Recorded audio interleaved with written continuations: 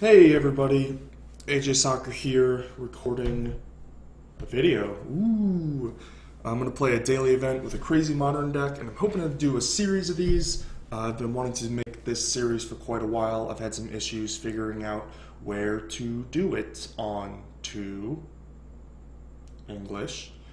Yeah, how to monetize it and how to justify investing all the time in it. But I figured I should just start making them and see what happens. Maybe somebody will pick it up. Maybe I'll just make them for free on YouTube forever.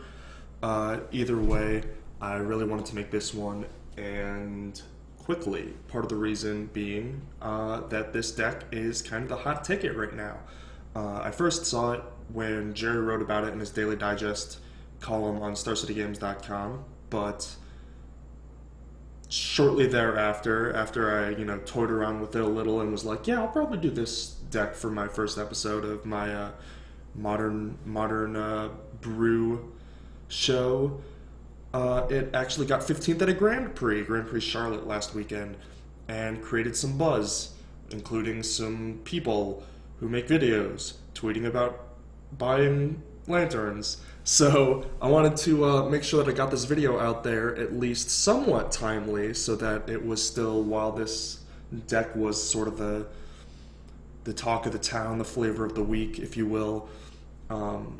Not to mention that the deck kind of loses a little effectiveness once everybody knows about it. So if I want to actually win some matches, I'm probably better off playing it sooner rather than later. And so here we are. This is a deck that I call Trinkets because it has a Trinket Mage in it and a bunch of small artifacts. It's been called Lantern Control, Top Deck Control, Top Control. Don't really like any of the names. I think Trinkets is fine, or Trinket Prison, since it is a prison deck, as Sam Black pointed out on Facebook. But the main idea is you use Lantern of Insight to have both players play with the top card of their libraries revealed, and then use that information with Ghoul Caller's Bells and Codex Shredders to manipulate both players' draws, make them draw all nonsense and yourself all gas. The Codex Shredder is the most important card in the deck, or one of, thanks to its regrowth ability, which is super powerful in this deck because you end up milling yourself a lot. Academy Ruins, extremely powerful for the same reason. In fact, Codex Shredder getting back Academy Ruins is a very normal line in this deck. Talk about the mana base a little. Citadels are not great game one, but they're pretty important post board. They keep your Glimmer Voids around even through mass artifact removal, and turn on your Mox Opals. They also act as lightning rods for your Ghost Quarters. Since they don't die, you can actually just use your Ghost Quarters as super Evolving Wilds, and Evolving Wilds that doesn't cause the basic to come into play tapped. That's why I have 4 of the 5 basics here with the 3 Ghost Quarters. City of Brass for the 5-color mana base, completed with the Glimmer Voids. I know if I don't mention this, people are going to comment about it, so I will say it right now. There is a reason you play City of Brass over Mana Confluence. Normally, Mana Confluence would be better because there are Urborgs being played in this format, and you can tap it for black. Whereas City of Brass, it's a triggered ability when it taps, so even when you tap it for black on an Urborg, it still deals the damage to you. But since it deals damage instead of paying life, it actually activates your Sun Droplets. So if you have 2 Sun Droplets in play, you can actually generate life with City of Brass, which I think that comes up slightly more often and is more impactful than an opponent having an Urborg in this 1 life mattering. Drawn Yard is just a land that acts like one of these bell effects. Card draws, stirrings, finds all of your key lands. It kind of acts as mana fixing because the 5-color mana base, finding Academy Ruins is really, really important. And it finds all your artifacts. Most importantly, probably Ensnaring Bridge. If you're not finding a combo piece, you're looking for Bridge. Bridge is kind of like the 1-card combo, the sort of lockout piece. So that's why that's there. Faithless Looting is just an additional card drawer. It helps you empty your hand if you need to get rid of a lot of cards fast. You can use the looting to get rid of uncastables or land drops that you don't have time to make. Oh, disconnection, how fun. Faithless Looting is also good because The flashback on it is really strong when you're milling yourself, which you do a lot of in this deck. Trinket Mage is a card that you could probably not play, but it's one of my favorite cards in Magic, and if you're not going to play Trinket Mage in this deck, when are you going to play it? So I'm playing one for value, and then you have your Trinkets.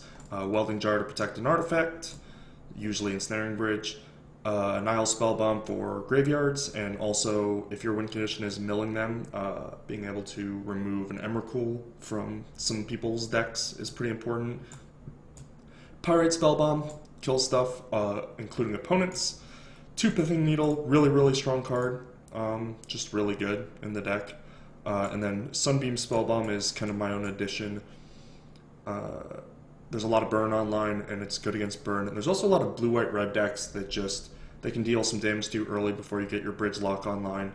And then their deck is full of, like, Lightning Bolt, Lightning Helix, Electrolyze, and Snapcaster mages, and sometimes they can just burn you out. So having access to Spellbomb is pretty strong. Decays kill stuff. Spellscape protects stuff, usually bridges.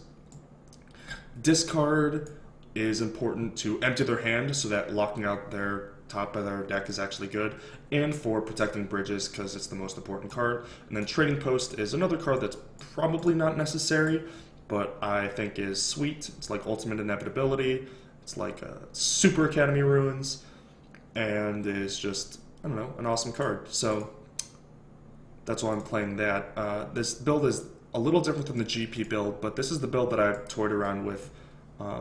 I don't want to make it sound like I have a ton of experience, but this is the deck that I played like 4 matches with. So I wanted to try this build out before going to the GP build, which I might do another video on if other people aren't making a ton of content on that video, or on that deck rather. Then I'll do another video on it. But it seems like other people are going to make videos on it, so I won't yet, because I have plenty of decks that I want to use in this series. So I'll just keep doing that until it becomes obvious that I should or should not make a video with the other build. But the other build has some stuff I like and some stuff I don't like. It's pretty interesting. You can check it out for yourself. Quick go over the sideboard. Grudges, obviously. The Nature's Claims are actually pretty important for things like Stony Silence that I've faced a couple times. Klasm, pretty obvious. Sun Droplet, pretty obvious for the burn. Ancient Grudge also, I should note, another flashback card for your self-mill deck. It's pretty strong. Pirate Spellbomb to kill stuff. Nihil Spellbomb for graveyards. Welding Jar comes in all the time, almost every matchup, because everybody brings an artifact destruction against you, and Jar is pretty important against that, because you're kind of hinging on your bridge living. And then Boros Charm is like a super Welding Jar, protects against Shadowstorm and the like. So yeah, that's what the deck is. I'm actually going to, my change didn't save when Magic Online crashed, but it's going to cut one of those for a 3rd needle in the board. So this is what we're going to play today, and hopefully you guys enjoy it. Hopefully we get some good games going. Hopefully there's reason to keep doing this series, and I'm hoping to do it weekly, and I'm hoping somebody wants to pick it up, but until then I'm just gonna make them for fun, and we'll see what happens. One last note before we start: you'll have to excuse my voice. I'm a little under the weather, but like I said, I really wanted to put this video out in a timely fashion, thanks to the buzz being surrounding this deck. So I'm pushing through despite being quite ill, thus the beanie, the sort of Joe Pesci from Home Alone look that I got going, which is pretty strong. But yeah, thanks for watching. I'll meet you back here for round 1.